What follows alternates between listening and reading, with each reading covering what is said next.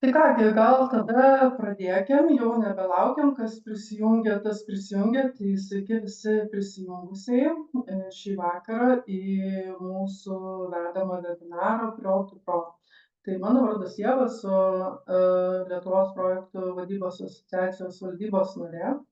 Na ir šiandien susitinkame su pranešėja Svetlana, kurią pristatysiu netrukus. Prieš pradedant mum jau klausytis pranešimo, tai gal tiesiog aptarkime keletą taisyklių. Tai pirmas dalykas, kas dalyvaujate pirmą kartą, tai tiesiog priminsiu, kad sertifikuoti projekto vadovai, kuriem aktuali resertifikacija, jie renka mokymosi valandas, na ir atitinkamai tie žmonės, kuriem yra poreikis gauti dalyvio sertifikatą po šito webinaro, galite kreiptis komunikacija@lpv.lt ir užsisakyti dalyvio sertifikatą. Kas galite, kameras įjunkite, mikrofonus stenkitės laikyti išjungtus, nebent norite kažką tai paklausti. Šiaip klausimus galite rašyti į Zoom chatą, tai visi klausimai bus pranešėjai perduoti. Susitarėm su Svetlana, kad klausimai atsakymai, kaip visada, bus gale pranešimo. Tai paprastai skiriam 45 minutės pranešimui ir 10-15 minučių pasiliekam jūsų klausimam, kurie bus pateikti per Zoom chatą. Tai pranešėja Svetlana Nemitko, ERP, CRM, BI sistemų ekspertė, mokslų daktarė, lektorė, turinti virš 20 metų patirtį, dalyvaujant įvairiuose projektuose, diegiant sistemas, konsultuojant bendrovės ir valstybinės įmonės, tai turi sukaupusi tikrai didelę patirtį, kurią šiandien su jumis pasidalins. Svetlana, perduodu auditoriją jums. Ačiū. Sveiki visi. Tuoj aš pasiruošiu ekraną.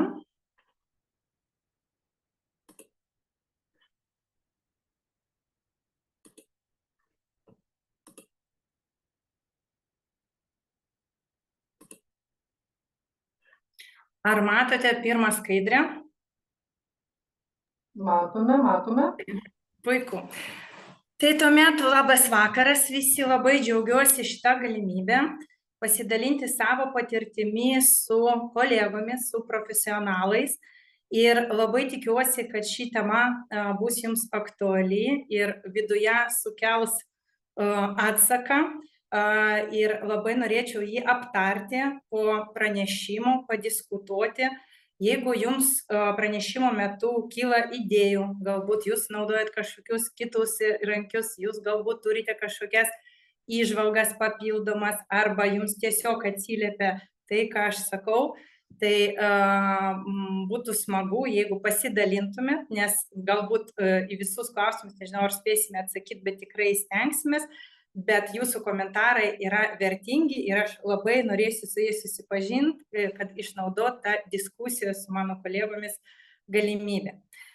Šios dienos tema yra projektų valdymo žmogiškojo faktoriaus iššūkiai nuolat besikeičiančioje aplinkoje ir jų valdymo galimybės. Paprastais žodžiais norėčiau su jumis šiandien pakalbėti apie žmonių temą valdant projektus. Mes su jumis lankome labai daug įvairių kursų, nuolat ugdome mūsų kompetencijas. Ir visuose šituose mokymuose įprastai vyrauja kažkokie tipsai arba patarimai arba metodikos, kaip valdyti kietuosius dalykus, kaip planuot, kaip paskirstyti užduotis, kaip derinti interesus, bet irgi daugiau iš tokios kietosios pusės. Bet kaip rodo patirtis, bent mano, tai kaip gerai mes beplanuotumėm, bekoordinuotumėm darbus ir projektą, jeigu pas mus yra tam tikrų iššūkių su žmonėmis, o jų tikrai visada būna, nes žmonių daug ir jie skirtingi, tai projektui tai tikrai trukdo vykti sėkmingai. Šita tema nėra populiari ir dėl to, kad jinai yra jautri. Pas mus kažkaip nėra priimta kalbėti apie žmonės su žmonėmis atvirai, mes visi einame tą linkme, bet iš tikrųjų tai vis dar jautru, yra, ta prasme, visada turi pagalvoti, ką kalbėti, kaip kalbėti, ir dėl to dar šitos temos nagrinėjimas tampa svarbus, nes problema yra, o įrankių, kaip su šito iššūkiu tvarkytis, mažai arba nėra galimybių taikyti, arba nėra patirties taikyti. Vienu žodžiu, manau, kad tai turėtų būti įdomi tema jums. Dabar Ieva jau pristatė mano patirtį, aš čia ją truputėlį patikslinau, nes galvoju, ko čia kalbėti apvaliais skaičiais, pasiskaičiavau, kad pasirodo jau truputėlį daugiau dirbu šitoj srity. Ir manau, kad pagrindinė vertė mano patirties yra tame, kad aš dirbu projektų vadovė iš skirtingų perspektyvų. Vienu atveju aš dirbau vykdytojo pusėje, kitu atveju aš dirbau užsakovo pusėje. Mano patirtyje yra projektų, kur aš prisijungiau nuo pradžių, kur prisijungiau per vidurį, nes reikėjo projektą ištempti arba iškelti į kitą lygį. Projektų buvo ir sėkmingų, ir nesėkmingų. Ir ta patirtis yra labai įvairialypė. Dėl to manau, kad ir įžvalgos turėtų būti jums aktualios.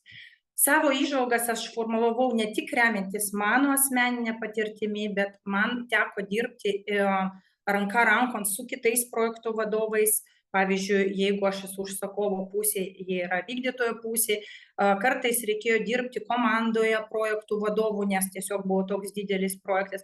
Ir įžvalgas formavau stebint ne tik save ir reflektuojant į save, bet ir stebint savo kolegų elgesį, savo kolegų taikomas priemonės. Norėčiau pradėti nuo terminų žodynų, kaip mes įprastai darome projektuose. Turime susitarti, apie ką kalbame. Ir todėl, kad šiandien mūsų tema yra susijusi su pokyčiais, norėčiau pakalbėti apie projektą ir jo valdymo aplinką per pokyčių prizmę. Tai per savo patirtį kaip ir pastebėjau, kad projektas yra nuolat supamas pokyčių iš prigimties. Pirmas dalykas, kad projektas yra pats savaime priemonė įgyvendinti pokytį. Tai gali būti bet koks pokytis, tai gali būti naujos ERP sistemos diegimas, tai gali būti statybų projektas, tai gali būti naujo produkto įvedimo kažkokia tai veikla. Ir organizacijos vis dažniau pasirenka projektinę veiklą kaip priemonę įgyvendinti kažkokį didelį, svarbų organizacijai pokytį. Taip pat projektas yra ir pats savaime pokytis, nes kai žmonėms reikia dalyvauti projekte, ne visi visų pirma turi tokią patirtį, ne visos organizacijos turi tokią patirtį, tai vienareikšmiškai didėja darbo krūvis, didėja tempas, nes prie kasdieninių veiklų prisideda dar papildomos projektinės užduotis. Labai didėja sprendimo priėmimo tankumas ir greitis, kas kelia įtampą ir pastato žmonės į neįprastas aplinkybės. Taip pat projekto metu labai reikšmingai didėja sąveika su kolegomis ir išorės partneriais, nes kai projekto nėra, jis nevyksta, ne? Būna tokių situacijų, kai galima dirbti tiesiog savo komandoje, savo skyriuje, savo departamente ir komunikuoti su kolegomis, sakykime, ne taip dažnai, ten kartą per savaitę, tam tikrais klausimais, o projektas priverčia komunikuoti su kolegomis keletą kartų per savaitę, po daug valandų, priiminėti sprendimus, dėrėtis. Tai irgi yra naujovė. žmonėm kai kuriem, arba tiesiog padidinto tempo ir atsakomybės veikla. Projekto metu atsiranda būtinumas mokytis. Taip, mes galime būti darbe, galime dirbti, galime tobulėti, bet projekto metu kiekvieną kartą mes sužinome vis naują informaciją, turime spręsti tam tikrus neapibrėžtumus ir todėl tas būtinumas mokytis ir vystytis, jis tampa labai kritinis. Ir būkime atviri, ne visi žmonės mėgsta tokiu tempu mokytis ir vystytis ir ne visiems tai yra komfortiška. Kita aplinkybė, kurioje mums tenka valdyti projektus, tai yra kažkokie nuolatiniai, vidiniai ir išoriniai pokyčiai. Ir labai dėkingas pavyzdys yra keletą tiesiog pastarųjų metų. Tai yra pandemija, tai yra karas, tai yra sankcijos versle, šiandien galima prekiauti, rytoj negalima prekiauti. Mes turime atsižvelgti į visą tai. Aš jau nekalbu apie tiesiog konkurencinio pranašumo užtikrinimą, kurio aplinką pastoviai reikia stebėti ir reaguoti, priešingų atveju tiesiog jį prarasi. Ir kas gaunasi? Gaunasi, kad projektas tai yra pokytis, kuriuo mes kaip priemonė įgyvendiname pokytį ir visą tai dar darome vidinių ir išorinių pokyčių aplinkoje. Sakyčiau, kad taip, jeigu išversti vaikams, tai faktiškai yra žemės drebėjimo sąlygos. Vienose organizacijose tai gali būti 3 balų, 2 balų, kitose organizacijose tai gali būti 10 balų. Ir tai yra mūsų aplinka, kurioje reikėtų diegti projektą. Todėl, kad mes šiandien kalbame apie žmonės, aš norėčiau, kad jūs ties kiekviena šitą informaciją vis labiau pasinertumėt į tai, o kaip jaučiasi mūsų komanda, kuris susideda iš daugybės žmonių, tokioj turbulentiškoj aplinkoj. Ir jeigu dar prieš 20 metų buvo iliuzijų, kad, turbulentiška, besikeičianti aplinka, šitos sąvokos buvo naudojamos kaip kažkokie tokie unikalūs iššūkiai, tai kuo toliau, tai tas tempas vis didėja.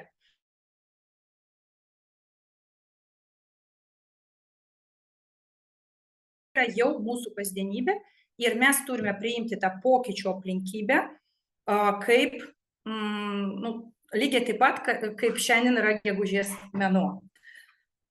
Tai mano specializacija yra ERP diegimo projektai. Aš išversiu, kas yra ERP, kolegoms, kurie nėra iš informacinių technologijų srities. Tai yra Enterprise Resource Planning. Lietuviškai tai verslo valdymo sistema, tai faktiškai pagrindinė įmonės sistema, kurioje yra automatizuojamos pagrindinės įmonės funkcijos, kaip pirkimai, pardavimai, apskaita, sandėlio valdymas, transporto valdymas. Faktiškai tai yra fundamentas, technologinė ašis. Ir šito tipo projektas yra, mano nuomonė, išsamus pokytyje pavyzdys. Dabar aš pristatysiu iššūkius, su kuriais tenka susidurti, diegiant tokius projektus. Ir tikėtina, kad šitie iššūkiai savo tokia koncepcija ir bendra prasme, jie artimi ne tik tai ERP sistemo diegimui, bet gali būti pritaikyti ir pasireikšti ir kitose srityse, kur mes tiesiog keičiam, kažką skaitmenizuojam, galbūt keičiam kažkokias technologijas arba keičiam nors ir gamybinius įrengimus, kurie yra fundamentalūs mūsų verslui vykdyti. Tai pagrindiniai pokyčiai, su kuriais mes susidurime ERP diegimo projekte, tai yra tai, kad kai mes keičiam pagrindinę technologinę ašį ERP sistemą, tuo pat metu keičiasi ir įmonės verslo procesai. Ką tai reiškia žmonėm? Žmonėm tai reiškia, kad jiems per trumpą laiką reikia išmokti dirbti ne tik tai su nauja sistema, bet ir pagal naujus procesus. Tai reiškia ne tik tai praplėsti savo žinias, kompetencijas, patobulėti, bet tuo pačiu ir suformuoti naujus įgūdžius. Įprastai žmonėms tai yra pakankamai turbulentiška ir nėra komforto zona. Dar vienas iššūkis, su kuriuo tenka susidurti, kad suvokimas, kokie turi būti būsimi verslo procesai, jie formuojasi tik tai projekto eigoje, kai mes pradedam prisiliesti prie tos ERP sistemos, o reikalavimai sistemai pateikti iki projekto, nes kitaip negalima buvo paskelbti konkurso. Ir įsivaizduokite, aš palyginsiu su namų statyba ir galbūt ten irgi yra tokių panašių iššūkių. Tai yra projektas, ne, bet projektas yra tik tai kvadratas ir stogas, maždaug taip, ir eigoje pradeda aiškėti detalės. Ką tai reiškia mūsų komandai? Ką tai reiškia užsakovui ir vykdytojui? Tai reiškia tai, kad faktiškai mes einam į projektą neapibrėžtumo sąlygom ir viską, ką mes susitarėm, arba daug ką mes susitarėm, keisis eigoje ir tai reikia suvaldyti. Tai irgi yra labai didelis iššūkis ir projekto vadovui, ir jo komandai. Antras, manau, labai svarbus pokytis, kuris vyksta diegiant ERP sistemą, tai kad tuo metu, kai mes diegiame, ruošiamės diegti naują ERP sistemą, keisti būsimus verslo procesus, vyksta natūraliai aplinkoje kažkokie pokyčiai. Ir mums reikia juos reaguoti, arba reikia priimti sprendimą, kad nereaguoti. Ir šitoj vietoj mūsų komandai ir projektų vadovui tame tarpe atsiranda iššūkis pasirinkimo. Pati populiariausia problema šitoj vietoj yra tai, kad tokiu atveju niekas nenori priimti sprendimo, nes šitas sprendimas yra nepopuliarus. Ir mums kaip projekto vadovams reikia vėlgi suprasti šitą situaciją ir sugalvoti, kaip ją suvaldyti, o pradžiai bent žinoti, kad jinai tokia gali atsitikti ir informuoti mūsų komandą apie tai. Dar vienas iššūkis, su kuriuo mes susidurėme, kalbant apie žmonės, tai, kad pas mus iš tikrųjų yra labai maža arba nėra kompleksinių projektų diegimo patirties. Tai reiškia, kiekvieną kartą, kai mes pradedam šitą projektą, mūsų komanda didžiąja dalimi neturi tokio projekto diegimo patirties, nes ERP sistemos įprastai keičiasi kas 10-20 metų, tai 10 čia yra dar gerai, įprastai kas 20.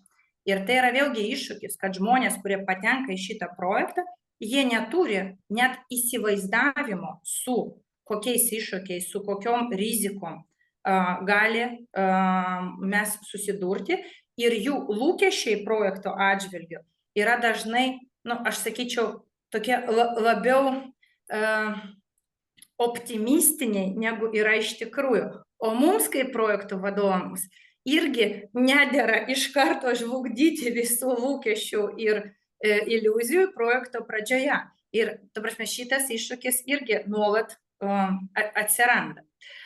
Dar viena problema, su kuria susidurėme toj besikeičiančioj aplinkoj, tai yra mažai išvystyta arba neišvystyta bendradarbiavimo kultūra. Šitas iššūkis matyt pasireiškia ne tik ERP diegimo projektuose. Labai dažnai Lietuvoje galbūt tiesiog neteko dirbti daug su tarptautiniam kompanijom užsienį, o tos, kurios pas mus yra Lietuvoje vis tiek, kaip sakant, pasiveldėta vietinė kultūra. Tai šitoj vietoj labai dažnai žmonės pripratę dirbti savo taip vadinamuose tuneliuose ir nėra išvystytas tarpfunkcinis bendradarbiavimas. Ir projektas verčia juos išeiti iš šitos komforto zonos, praplėsti komforto ribas ir pradėti bendrauti tarp funkcijų. Kitas iššūkis yra įsitraukimas, siekiant ne tik savo tikslų, bet ir įmonės tikslų. Labai dažnai mes susidurėme savo darbe su tuo, kad žmonės vis dėlto linkę galvoti apie artimus tikslus, tai arba savo asmeninius, arba savo grupės, arba skyriaus, o projektas vis dėlto yra orientuotas į įmonės tikslus ir mūsų vėlgi kaip projektų vadovo iššūkis, kaip žmonėms suformuoti bendrą tikslą ir juos motyvuoti, juos siekti, neatsižvelgiant į tai, kad jų tikslai gali skirtis nuo įmonės tikslų. Ir aišku, didelis tempas ir didelė svarba. ERP projektai pasižymi tuo, kad per keletą metų reikia padaryti fundamentalų pokytį, kaip aš jau ir minėjau, suformuoti naują įgūdį ir dar visą tai yra lydima terminais ir baudomis, sankcijomis, tai faktiškai įtampa ir didėja. Projektų vadovui yra labai svarbu stebėti tą perdegimą savo komandos, stengtis palaikyti motyvaciją ir nuolat palaikyti suvokimą, kad vis dėlto šitas projektas yra svarbus įmoniai ir prioritėtinis. Ir pats pagrindinis neapibrėžtumas mūsų darbe, mano nuomonė, tai yra didelė komanda, kuri iš tikrųjų mums yra įprastai nėra pažįstama, bent man kaip projekto vadovai, kuris ateina iš išorės. Lygiai tą patį aš girdėjau iš vykdytojų projektų vadovų, pavyzdžiui, IT įmonių projektų vadovai irgi turi tokią pat nuomonę, kad jie sako, kad kai mes ateinam į projektą, mes susitinkame su tiesiog kiekvieną kartą kaip į naują darbą, kiekvieną kartą pas mus vis nauji komandos nariai, mes negalime jų pasirinkti. Ir, šiaip mes negalime jų pasirinkti ir dėl to, kad, žmonių kiekis ir kompetencijos yra ribotas resursas. Ir ką mes turime? Mes ateiname dirbti su žmonėmis, kurie turi skirtingą kompetenciją. Kalbėdami apie skirtingą kompetenciją, aš norėčiau akcentuoti skirtingų sričių kompetenciją. ERP projektuose įprastai tenka dirbti iš karto su pardavėjais, su tiekimo atstovais, su sandėlio atstovais, su IT atstovais. Ir sutikite, kad jie visi yra labai skirtingi pagal savo ne tik tai žinias, bet ir pagal savo būdą. Pardavėjai įprastai yra labiau aktyvūs žmonės, jie mėgsta labai greiti žmonės, kurie nenori gilintis į detalės. Tuo tarpu IT žmonės, kaip tik priešingai, jie yra labiau uždaresni, nori gilintis į detalės ir mums reikia surasti, kaip projektų vadovams, kaip galima apjungti šitą komandą į visumą, kad jie veiktų kartu. Vienas iš tokių metodų galbūt arba būdų, kuris pasiteisino, jis galbūt atrodo pakankamai paprastas, bet ne kartą teko man jį komunikuoti ir komunikuoti komandai. Tai yra tai, kad žmonės visi yra profesionalai mūsų komandoje, tik tai iš skirtingų sričių. Ir va šitas suvokimas ir šitos tezės komunikavimas padėjo suburti komandą. Aišku, komanda turi ir skirtingą patirtį, bendradarbiavimo įgūdžius, lūkesčius, tikslus, interesus. Ir dar vienas iš svarbiausių aspektų, apie kurį aš norėčiau pakalbėti detaliau, tai yra, kad žmonės iš tikrųjų sąmoningai arba pasąmoningai nenori pokyčių. Galim pareplikuoti save. Matyt, labai retas žmogus, kuriam norisi kažką tai keisti, jeigu tam nėra kažkokios rimtos priežasties, nes mes vis tiek priprantam tam tikrom sąlygom gyventi ir pokytis yra tam tikras stresas. Ir kągi, mes su jumis kaip projektų vadovai dirbame pokytį aplinkybėmis su labai didelė ir skirtinga komanda ir kaip visą tai suvaldyti. Tai labai mėgstu šitą paveiksliuką, nes kokie mes bebūtumėm profesionalai, kiek patirties beturėtumėm, bet aš esu tikra, kad kiekvienas iš mūsų, o galbūt netgi dabar kažkas tai jaučiasi savo projekte būtent taip, kad pokyčiai eina labai dideliu tempu, žmonės visi turi skirtingas nuomonės, interesus, kompetencijas, yra tam tikrų santykių niuansų ir kaip išnarplioti visą šitą situaciją. Man padėjo ir mano kolegom, su kuo man teko dirbti, suvokimas apie tai, kasgi yra pokytis. Todėl, kad mūsų šitas pristatymas ir pranešimas neskirtas dėstyti teorijai, aš tik norėčiau atkreipti jūsų dėmesį į šitą paveiksliuką. Galbūt daugumai jis yra jau žinomas. Ir tiesiog po pranešimo labai rekomenduočiau susipažinti su juo, nes šito paveiksliuko supratimas projektų vadovui ir supažindinimas komandos su tuo, kaip vyksta pokytis, iš tikrųjų padeda tą pokytį valdyti. Tai labai trumpai, bet kokio pokyčio pradžioje mes turime labai daug energijos, kuri į pokyčio vidurį labai senka ir toliau, jeigu mes tinkamai suvaldome situaciją, mes galime, kaip sakant, iššauti ir pasiekti sėkmę. Žmogus įprastai bet kokį pokytį neigia. Ir kai mūsų komanda jį neigia, jie tiesiog ne tai, kad kažką daro blogai, arba kažkokius daro veiksmus, bet jie tikrai galvoja, o gal ne šiais metais, gal ir keisime kitais, o gal dar šiemet patostogausiu 4 savaitės. Vėl, žodžiu, tai manęs laukia kažkada tai ateityje. Ir šitoj vietoj labai svarbu, kad projekto vadovas su savo komanda nubrėžtų kryptį. Tai maksimaliai papasakotų, kas žmonių laukia, kokie bus etapai, kaip jie bus, su kokiom rizikom susidursim. Ir va šitoj vietoj, kuom tai skiriasi nuo kokio nors PMBOK, ne? Tai taip, dauguma mūsų taip ir padaro, aprašo etapus ir visa kita, bet mažai kas iš mūsų tai pristato ir kartoja komandai. Tai vat, kas pasiteisino mano patirtyje, kad vat, pristatymas paties pokyčio prigimties ir veiksmų, kaip reikia elgtis pokyčių metu, žmonėm suteikia tam tikrą suvokimą, kas jų laukia, ir kai jie patenka į tą vat, neigimo situaciją, pykčio situaciją, ir po to taip vadinamos depresijos, kai nusileidžia rankos, įprastai tai vyksta jau prieš pat finalą, kai tiesiog nusenka ta energija.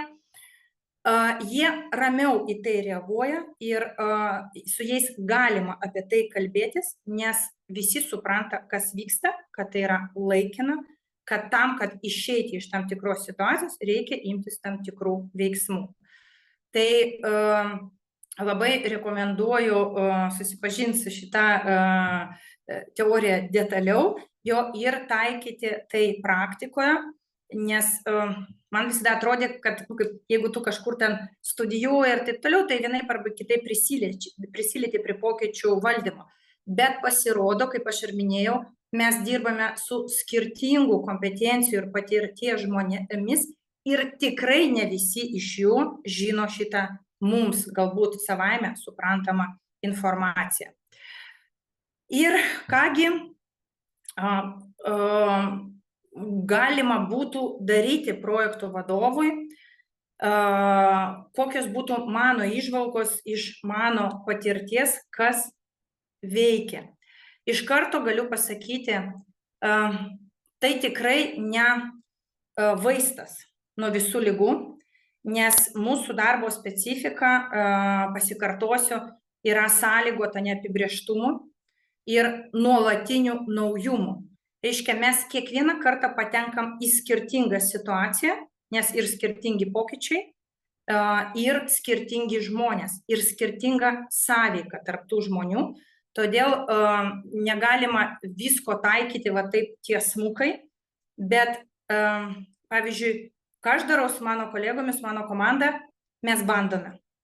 Bandome tam tikrus metodus, žiūrime, jeigu jie veikia, pasiteisino, tai tada tiesiog taikome juos tam tikroje grupėje, tam tikrų žmonių atžvilgiu. Tai pirmas toks dalykas – būti savimi ir tuo pačiu lyderiu.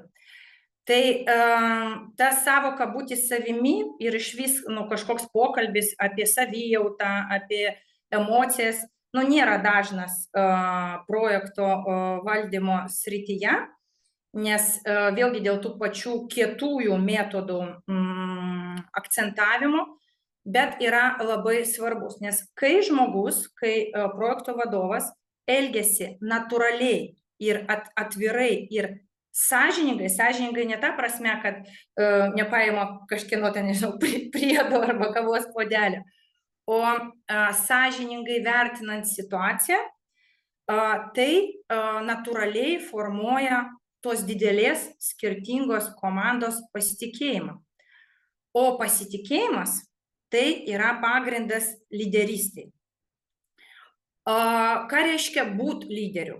Įprastai projekto vadovas patenka į tokią situaciją, kai mes iš vienos pusės turime mūsų sponsorius ir užsakovus, kurie įprastai pagal savo galias, įgaliojimus ir pareigas yra valdybos nariai, generaliniai direktoriai. Ir tada kilo klausimas, kaip būti lyderiu, jeigu šalia yra ir kiti lyderiai, ne? Tai lyderis tai nereiškia visko valdovas arba vadovas ir nereiškia hierarchijos lyderio. Tai yra žmogus, kurio pavyzdžių norėtų komanda siekti, ir tai yra žmogus, kurio klauso, žmogus, paskui kurį eina, žmogus, kuris nurodo kryptį. Ir lyderiu galima būti projekto ribose, nepažeidžiant kažkokių organizacinių sąsajų.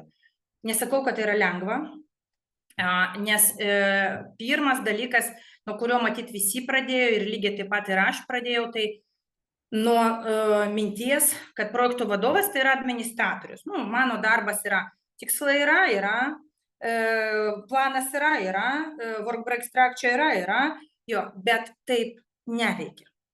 Ir tada pradėjau tiesiog ieškoti, o kodėl, ir vis dėlto labai svarbu pridėti tą lyderio, kaip sakė, sudedamąją dalį, nes žmonės patekę į streso ir pokyčių situaciją nori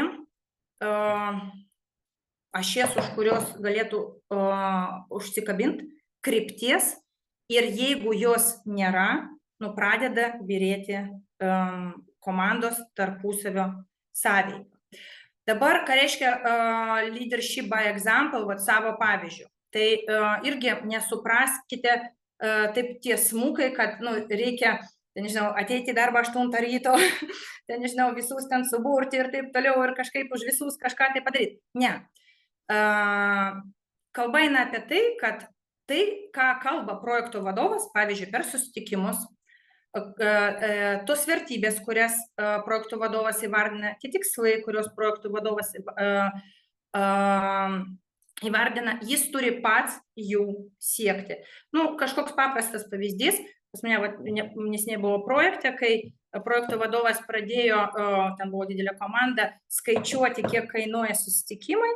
Ta prasme, kad tai jau yra labai brangus ir taip toliau, labai daug žmonių renkasi, bet to pačiu pats pavėluodavo į susitikimus po 15-20 minučių. Tai ar jums norėtųsi vykdyti tą taisyklę, jeigu jūs matot, kad projektų vadovas jos nesilaiko? Dar vienas labai svarbus dalykas, tai yra būti objektyviu. Tai irgi labai sunku, ypač sunku įgyvendinti vidiniam projekto vadovui, nes vidinis projekto vadovas, kuris turi darbo santykius su toje organizacijoje, kurie diegia projektą, jis tikriausiai turi savo dar vadovą, jam labai sunku atsiriboti nuo interesų, kurie būdingi organizaciniai struktūrai, sakyčiau taip.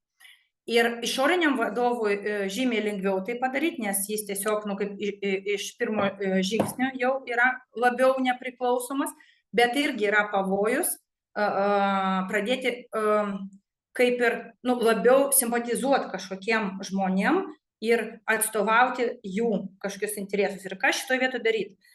Šitoje vietoje pasiteisina bent man toks galbūt, ne galbūt, o iš tikrųjų psichologinis metodas, tai yra išeiti iš kambario. Tai vadinasi, kad kai jūs esate sukūri įvykių, Tai jūs tiesiog vizualiai išeinat iš kambario ir pasižiūrit į tą situaciją, o kas vyksta.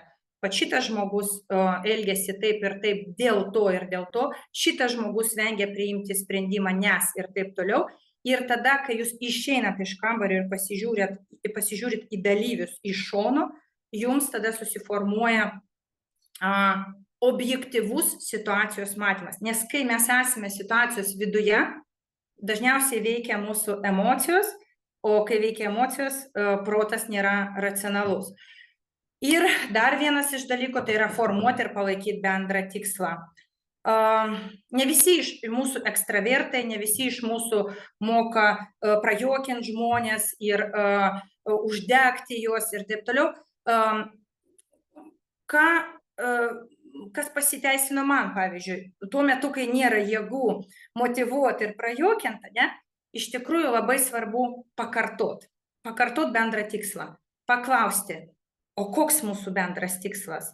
Ar atsimenat, dėl ko mes dėgėme šitą projektą? Priminti, įdėti tas skaidrės, kurios buvo rodytos prieš 2 metus. Ir va tas pakartojimas ir priminimas žmonės išlaiko šitoj nuotaikoje arba atmosferoje.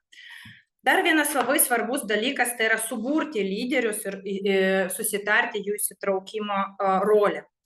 Tai vienas dalykas būti pačiam lyderiui, kitas dalykas vienas lyderis negali nukreipti ir suvaldyti didelės komandos, pavyzdžiui, 90 žmonių. Todėl labai svarbu identifikuoti, kas bus jūsų ta artima komanda, suburti šitos lyderius, tai pakalbėti su kiekvienu iš jų, pristatyti jiems jų rolę, kiekvieną punktą gyvai ir susitarti, kad jie tą rolę prisiema. Mes visi darome komandos rolio aprašymą, visi jį platinam, visi gauname ant jo parašo, bet kiek iš mūsų eina ir asmeniškai kalbasi su kiekvienu. Man ir mano komandai tai labai pasiteisino, nes tokiu atveju pas tave yra tas gyvas žmogaus pažadas, įsitraukimas ir jam formuojasi tuo metu atsakomybės prisiėmimas, kas labai vėliau pagelbė valdyti projektą. Ir dar vienas iššūkis, tai yra laikas. Mūsų lyderiai, kurie dirba komandoje, įprastai užima dar kokias nors rimtas pareigas. Pavyzdžiui, verslo procesų savininkais įprastai būna departamento vadovai. Ir jiems dabar į jų darbo laiką reikia įdėti laiką. Tai man pasiteisino metodas labai paprastas iš pirmo žvilgsnio – atsisėst ir sudaryti tam lyderiui procesui kalendorių pusei metų į priekį su placeholderiais. Iš pradžių visi labai išsigąsta ir sako, ką jūs čia galvojat, ta prasme, taip neįmanoma ir taip toliau, bet pabandykite. Iš tiesų, porą savaičių ir žmonės pripranta, suformuoja įgūdį pirmadieniais ir trečiadieniais nuo 10 iki 12. Prisėsti prie projekto, atlikti tam tikras užduotis. Ta patį pradeda transliuoti savo komandoms ir tada įsitraukia. Dar vienas projekto vadovo žmogiškojo faktoriaus valdymo dar viena galimybė, tai yra duoti įrankius ir sutarti, kaip juos naudoti. Tai labai dažnai yra pagunda, kai kažkas nevyksta, spaudžia terminai, pradėti vykdyti kitų rolių funkcijas. Bet mano rekomendacija, vėlgi iš patirties, niekada to nedarykite, nes tada projektas, visų pirma, jis negali būti gyvendintas, ne veltui yra tos rolės sugalvotos, bet tai tuomet projektas tiesiog tampa jūsų, jis tampa, jis gali būti net vadinamas jūsų vardu, galbūt tai yra labai faina, kai jūsų vardu pavadina projektą, bet iš tikrųjų tai yra visiškai neefektyvu.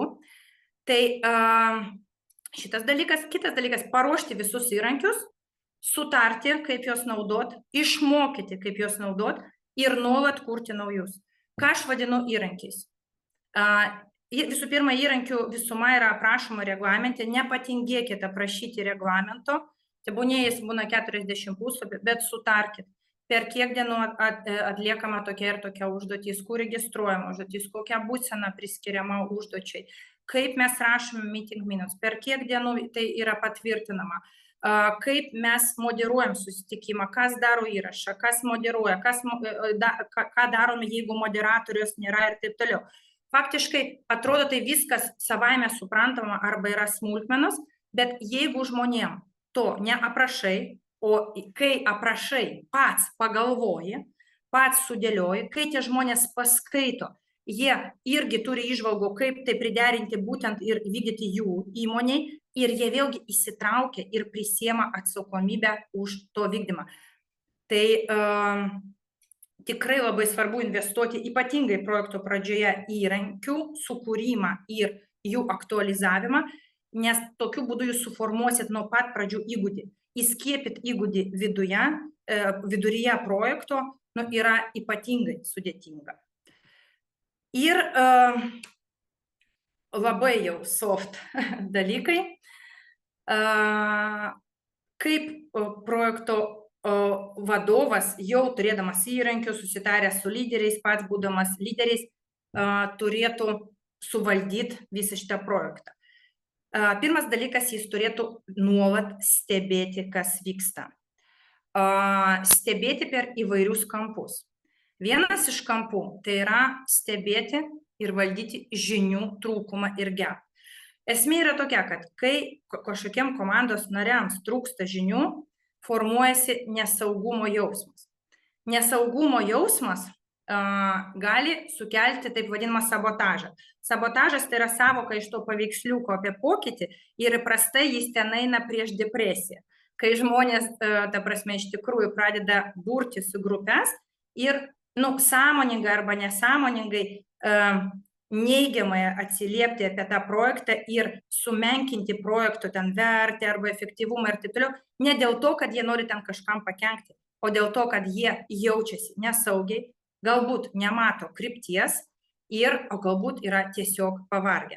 Tai labai svarbu stebėti, kam trūksta žinių ir būtinai su šita komanda, su šitais žmonėmis užpildyti tą žinių gapą, pamokinti juos, organizuoti jiems mokymus, nes jūs vėlgi negalite būti visų sričių specialistas ir to nereikia. Svarbu sugalvoti, kaip tą žinias suteikti, susodinti galbūt su kolega ir kitaip praplėsti tą spragą, nepraplėsti, užpildyti tą spragą. Tai labai svarbu stebėti ir valdyti santykius. Ir kartais mes vengiame to, nes tai yra, šiaip gyvenime tai yra sudėtingas dalykas, mes asmeninėme gyvenime, kaip sakant, dažnai neinvestuojame į tai, kad tos santykius tobulinti ir visą kitą, ką kalbėti apie santykius su svetimais žmonėmis. Ir mums labai dažnai būna lengva tiesiog nusisukti ir pasakyti, kad, manęs tai neliečia, aš į tai nesiveliu, tai nėra projekto vadovo darbas, aš ne psichologas ir ne personalo vadovas. Žinokit, savo karjeros pradžioje aš irgi taip maniau ir kažkur taip po X metų supratau, kad aš psichologas. Ta prasme, nežinau, be diplomo, bet psichologas, kuria prasme, žmogus, kuris priverstas susipažinti su psichologija, su santykiu, su grupės psichologija, kaip žmogus jaučiasi, kaip reaguoja, kodėl reaguoja, kaip su juo kalbėti vienoje arba kitoje situacijoje, nes kitaip nėra būdo kitaip sąveikauti. Vienas dalykas, santykiai gali būti su jumis konkrečiai, santykiai gali būti tarpusavy. Pavyzdžiui, jeigu ten IT ir verslas jau tarpusavy turi blogą santykį, iki jūsų dar susiformuota, tai jums teks šito santykio atspindys ir reikės į jį vis tiek įsigilinti ir pagalvoti, kaip jį sureguliuoti. Aišku, reikia stebėti nuovargį, stebėti nepasitenkinimą, nes tai irgi sabotažo indikacija. Ir daryti kažkokius veiksmus, kad žmonėms duoti ir pailsėti, atsikvėpti, tiesiog juos pradžiuginti. Labai svarbus momentas komunikuoti. Su komunikacija yra taip, tai yra irgi labai kartais varginanti veikla, ypač žmonėm, kurie viską žino, o projekto vadovas įprastai daugiausiai žino apie projektą, nes jis mato visumą. Ir kilo klausimas, kodėl aš turiu tai kartuoti 10 kartų, ne? Nu jau 100 kartų kartuoju. Bet žinokit, šitas pasakymas niekur neveda. Bent iš mano patirties pasiteisino taip, komunikuoti 10 kartų, 12, 20, kita forma, kitų kampų. Ir kai jūs girdit, kad žmonės nesupranta, ką jūs kalbate, ne, tai labai padeda paklausti, o kaip tu nesupranti? Atrodo keistas klausimas, pabandykit. Ką tu, ne ką tu nesupranti, o kaip tu nesupranti. Tada žmogus pradeda mąstyti ir jis pradeda sakyti, jis pradeda dėstyti jums, kaip jis suprato, tada jūs suprantat, kur yra gepas žinių ir tada jūs galite jį suvaldyti. Ir jau lieka 2 minutės, paskutiniai 2 dalykai. Labai svarbu sakyti savo komandai feedbacką. Čia irgi iš tų jautrių dalykų, kur mes dažnai privengėme, nenoriu veltis, vėl tas žmogus supyks, arba jis ten nuliūs ir taip toliau. Bet jeigu jūs nesakysite feedbacko, ta situacija tik gilės. Tai didžiulis patarimas sakyti feedbacką. Feedbacką įprastai geriausia sakyti one-to-one, aišku, geranoriškai, nuoširdžiai ir pasitelkiant visą empatiją, kurią jūs turit. Nes aš suprantu, kad visų pirma, empatija nėra visiems įgimtas dalykas, ją reikia lavinti, kitiems galbūt iš vis nelabai smagus tas dalykas, bet pabandykit būti nuoširdžiais ir tiesiog tuo momentu suprast tą žmogų ir kai jūs duosit jam netgi feedbacką apie jo neigiamus veiksmus, ne, jis jį priims. Jeigu feedbacką duoti be pastatymo savęs į to žmogaus padėtį, tas žmogus įprastai jį priims kaip puolimą. Nu, tada jau nieko gero. Ir, aišku, labai svarbus dalykas, mes irgi dėja ne visada tą darom, o tai be galo svarbu, dėkoti už tai, kas padaryta gerai, už pastangas, už įdirbį ir švęsti pergalės. Tai ačiū už jūsų dėmesį. Plius 5 minutės, bet tikiuosi spėsime aptarti klausimus. Tai gerai, tai pereinam tada prie klausimų. Aš tiesiog skaitau klausimus iš chato, tai einam nuo viršaus. Minėjot pradžioje pristatymo žmogiškasis faktorius. Tai kaip galėtumėte apibrėžti, kas yra žmogiškasis faktorius? Vienu sakiniu. Žmonės, vienus sakiniu, gerai, ne žodžiu, ačiū Dievui. Žmonės ir jų tarpusavio sąveika. Taip, ok. Pateikite konkretaus nepopuliaraus sprendimo pavyzdį ir pasidalinkite patirtimi, kaip situaciją sprendėte. Nepopuliarus pavyzdys, tarkime, mes dėgėme sistemą, ne, jau, ten, nežinau, už pusės metų planuojamas go live'as ir pardavimo departamentas prašo, įdeda į savo tikslus, kad jie padidins pardavimų apyvartą ten X eurų, jeigu mes padarysim tam tikrą funkcionalumą kainodaroj esamoje sistemoje. Ne? Tai reiškia, reikia nukreipti visus resursus iš to būsimo ERP-o į esamą ERP-ą, tada perdaryt būsimo ERP-o dar funkcionalumą ir faktiškai, kaip šitas sprendimas yra nepopuliarus, nes pajamų augimas, ne, yra labai svarbus įmoniai, už jį balsuoja generalinis direktorius, pardavimo vadovas ir tuomet projekto vadovui įprastai tenka garbė, šiuo atveju dalykiškai, argumentuotai ir pamatuotai įrodyti, kad vis dėlto, ne tai, kad įrodyti, bet pateikti faktus. Žiūrėkit, kad jeigu mes dabar eisime į šitą pokytį esamoje sistemoje, mums nusikels būsimos sistemos diegimas tiek ir tiek mėnesių, kainuos tiek ir tiek eurų, čia gali dar būti klaidų, reworkas kainuos tiek ir tiek, ir su visais šitais skaičiais eiti ir kalbėtis. Tai tokie būtų tipsai. Ar tikrai projekto vadovo darbas yra sutelkti žmonės siekti įmonės tikslų? man atrodo, kad taip, nes projektas yra priemonė įgyvendinti tam tikrus įmonės strateginius tikslus, ne? Nu, kitaip projektų nebūtų. Ir gaunasi, kad projekto tikslai yra paveldėti iš įmonės tikslų, ne? Arba detalizuoja įmonės tikslus. Ir tai gali pasireikšti. Pasireiškia tai labai dažnai ten, kur vėlgi mes turime padaryti kažkokį funkcionalumą sistemai ir tas funkcionalumas pardavimams yra tinkamas, ne? O pirkimai sako, o man tai sąlygos ten, papildomą darbą. Ir va tokiais atvejais reikia visada, mano nuomonė, grąžinti į įmonės tikslus ir pasakyti, žiūrėkit, o kaip bus įmonė? Įmonė tai galbūt savo mastų laimės procesų efektyvumą, laimės ten kažkur ten pajamų arba kaštų valdymo pusė. Taip, galbūt kažkur vieną funkciją pralaimės, ne? Kita laimės, bet reikia žiūrėti bendrą rezultatą. Tai vat aš per tą prizmę susieju projekto tikslus, įmonės tikslus. Minėjote tokią frazę negali. Aš atsiprašau, aš dar patikslinti vieną klausimą turiu. Jūs labai teisingai pasakėt, Svetlana, kad susijęt įmonės ir projekto tikslus. Mano klausimas tik tai buvo, ar jūs už įmonės tikslus turi sutelkti žmonės ir kas yra atsakingas už tą įmonės tikslą, accountable, kas atsiskaito ir kas atsiskaito už projekto tikslą.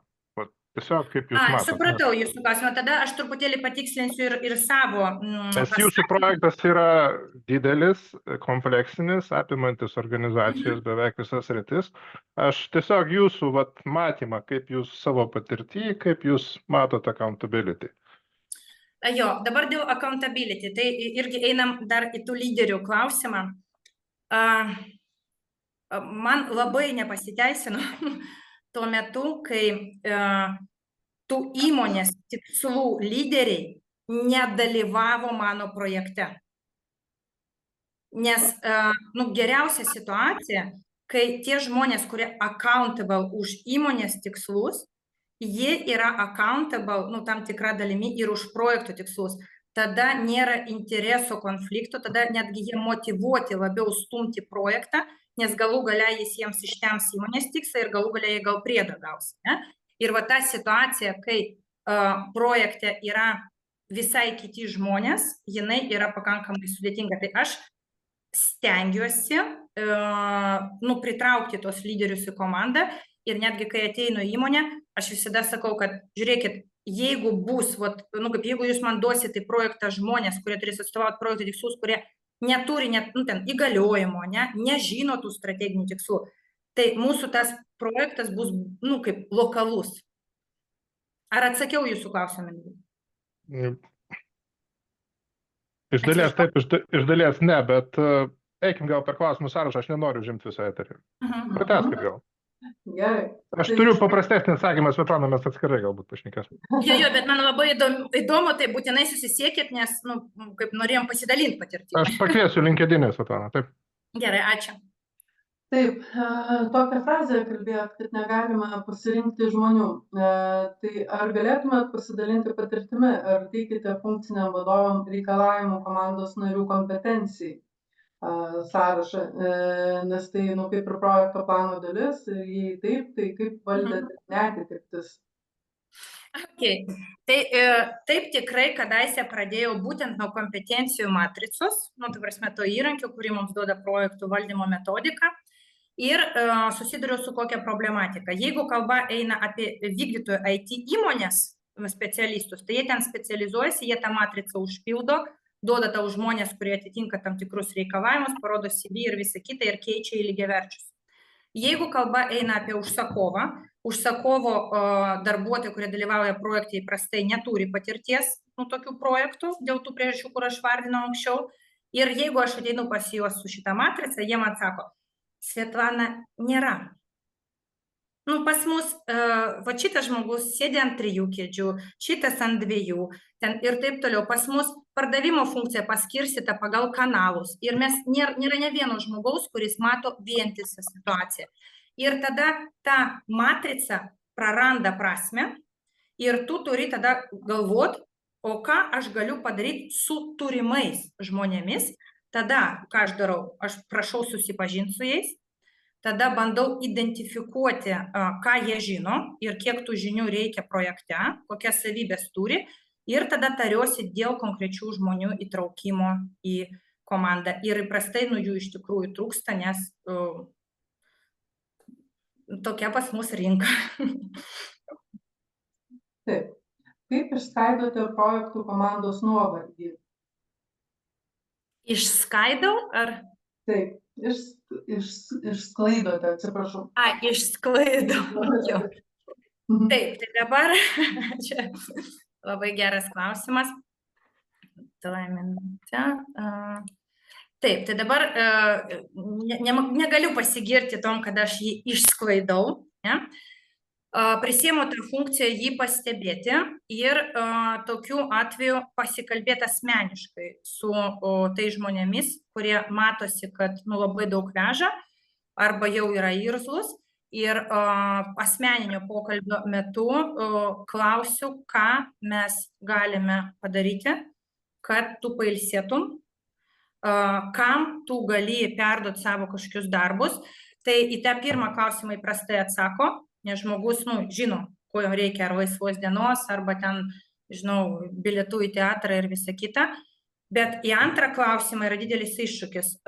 Įprastai, kai klausiu, kam tu galėtum perduoti kažkokius darbus, sako, niekam. Ir tada sekantis žingsnis yra toks, susėst kartu, susirašyti visus darbus, ten artimiausių 2 savaičių, ir tiesiog išmėtyti labai labai konkrečias užduotis, konkrečias darbo sesijas, ir padėti tam žmogui, kaip sakant, savo rankomis išmėtyti tą darbą, kuris formuoja jam nuovargį. Kaip išlaikote projekto komandos narių darbotvarkių prioritete, ypatingai ilgai vykstančiose projektuose, arba kai paraleliai vyksta keli svarbus projektai? Jo. Taip, jo, čia labai geras klausimas. Tai gera situacija, kai projekte dalyvauju nuo pradžių, tai tada aš tariuosi dėl šito su sponsoriumi projekto, su užsakovo, kad, aš iš karto sakau, kad žiūrėkit, šitų ir šitų žmonių reikės ten tiek ir tiek, pas mus ten tiek ir tiek susitikimų, ir faktiškai, išskaičiuojam bent procentai, kiek darbo laiko atimsime iš kasdieninės veiklos į projektą. Tai jeigu yra šitas sutarimas, yra lengviau. Tada, atsiprašau, pakartokite antrą dalį klausimo. Jo, taip, ir kaip, ta prasme, jūs išlaikote tą prioritetą, kai vyksta keli... Prioritetas. Ačiū. Dabar dėl prioriteto. Tai dar buvo klausimas, kaip aš suderinu, ne, ten, man atrodo... Kaip išlaikote projekto komandos narių darbotvarkių, projekto komandos narių darbotvarkėje, ta prasme, kad nepasimestų tarp kitų jo darbų, ne, tai, čia projektų, jo, ten, ir tada kaip, sakykime, dar, subalansuojate, nes, paprastai vienas, sakykime, darbuotojas, jisai dalyvauja keliuose projektuose, ir visi projektai svarbus, ne, tai visiems projektų vadovam jo projektas svarbiausias. Gerai, tai dabar dėl svarbos. Ir tie projektai galbūt šiuo atveju yra dėkingesni. Dėl ko? Dėl to, kad keičiasi fundamentaliai verslo valdymo sistema, ir aš visada argumentuoju, žiūrėkit, mes keičiam visą technologinį pagrindą. Keičiam dalinai pagrindinius verslo projektus. Kas gali būti svarbiau? Ir jeigu, pavyksta sutarti su įmonės vadovais, valdyba, kad tai yra aukščiausio prioriteto projektas, ir tai tiesiog visada, tai primenu, turiu palaikymą iš valdybos. Aš suprantu, kad tai yra labai didelis iššūkis projektuose, kurių negali pavadinti prioritetiniais, ne, pagal jų turinį. Tai šitoj vietoj matyt, kad tektų kažkaip vis dėlto juos sureitinguoti. Ta prasme, ir tada galbūt pirmos svarbos tiek laiko, kitam ten mažiau laiko, bet dar ką aš darau placeholderius. Ką aš jau minėjau, tai susitart, kad jis geras ir prioritetinis nepakanka. žmogus pradeda iš tikrųjų skirti laiką projektui tik tada, kai tu jam suformuoji įgūdį tame projekte būti. Ir tą įgūdį formuojame per pusę metų į priekį, yra kalendorius. Tiesiog ir jam tada formuojasi, kad jis dirba tam tikrom dienom čia. Gerai. Kokias grįžtamojo ryšio technikas, praktikas naudojate? Yeah. Man labai patinka jūsų klausimai, nes jie mane iš karto grąžina į kasdienybę. Nu, galiu taip atvirai pasakyti, tai yra vienas iš labai didelių iššūkių ir įprastai, pagrindinė galbūt technika arba fundamentas visos technikos yra nusiteikimas. Niekada neduodu feedbacko iš karto, tą pačią minutę, gavusi laišką, išgirdusi kažkokią, ta prasme, ten, nežinau, nesąmonę, aišku, sustabdai, jeigu yra kažkoks ten jau netoleruojamas elgesys ten ir visa kita, tai sustabdai, bet prieš duodama feedbacką aš visada pagalvoju ir pagalvoju, vat būtent to principu išeinu iš kambario, pasižiūriu, kodėl žmogus galėjo taip elgtis, kas, ir pasiruošiu jam iš karto, kaip turėtų elgtis. Ir kai ateinu dėl grįžtamojo ryšio, tai pirmas dalykas, taip gal paprastai žodžiais, pirmas dalykas yra pasakyti labai mandagiai, žinok, taip, kaip tu padarei, netinka. Netinka, nes tuo metu ten, galbūt nepagarbiai kažko atžvilgiu, galbūt tuo metu tu išliejai emocijas, bet nepasiekei jokio rezultato, ten dar, paaiškini, kodėl netinka. Ir tada klausia, o kaip tu galėtum kitaip sureaguoti šitoj situacijoj, jeigu prisimintum mūsų tikslus, mūsų susitarimus, mūsų taisyklės. Ir tada žmogus, kai jis jaučiasi saugiai jau, nes jis tau pradeda atvirauti, ta prasme, ir tada dažnai pasako netgi priežastis, dėl ko jis taip pasielgia. Ir tarp tų priežasčių gali būti tas pats nuovargis, gali būti ten tie patys santykiai ir taip toliau. Tai vat, pagrindinis tipsas, pagalvokit prieš duodami feedbacką, nusiraminkit ir pabandykit būti nuoširdus, galbūt, va taip. Gerai, tai dar yra galimybė pateikti paskutinį arba kelis paskutinius klausimus, tai aš tuo tarpu nuo savęs porą klausimų turiu. Kokiais būdais skatinate savo projekto komandos atsparumą ir gebėjimą prisitaikyti prie netikėtų pokyčių ir nesėkmių? Taip, dabar atsparumas ir pokyčiai. Taip, tai dabar dėl atsparumo. Tas atsparumas, aš formuoju tą gebėjimą būti atspariam per suvokimą, kad pokyčiai tai yra normalu, tai yra kasdienybė, taip vyksta ir jeigu kažkas atsitiko, mes neturime į tai nerti, o turime iš karto galvoti, ką padaryti, kad išspręsti šitą situaciją. Ir bandau šitoje vietoje įsijungia tas leadership by example. Jeigu kažkas atsitinka, tai tada iš karto gaudai tą žmogų ir sakai, klausyk, ta prasme, dabar taip įvyko, ką galime padaryti. Ne? Ir per tą ugdymą jų tiesiog reaguoti į pokytį ramiai ir racionaliai, manau, kad prisidedu prie jų atsparumo ugdymo, nes čia jie turi ir patys truputėlį pasistengti. Ir tada antra dalis, atsiprašau, Ieva. Taip, kaip ugdote gebėjimą prisitaikyti prie netikėtų pokyčių ar nesėkmių atsiradusių? Dėl nesėkmių norėčiau dar pakomentuoti. Tai dabar su nesėkmėm. Tai nesėkmė visiems yra, kaip nefaina, nemaloni. Ir aš pastebėjau, kad tam tikrose organizacinėse kultūrose dar už tai yra, ir baudžiama, arba ten įvardinama, kad tu padarei kažkokią klaidą. ir taip toliau, ir tada žmonės bijo daryti klaidas, nu, ta prasme, bijo tų nesėkmių.